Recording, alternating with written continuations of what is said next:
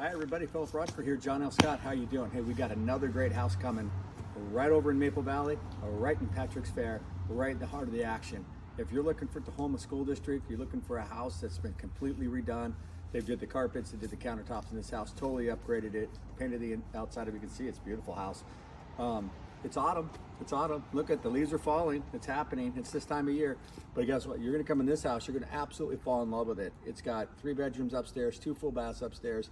It's got an open concept downstairs front room area that goes into the kitchen, breakfast bar area, eating, private backyard. This house is so beautiful. You guys come on inside. Let's just take a look at this one. You tell me what you think. You're going to love Maple Valley Tahoma Schools.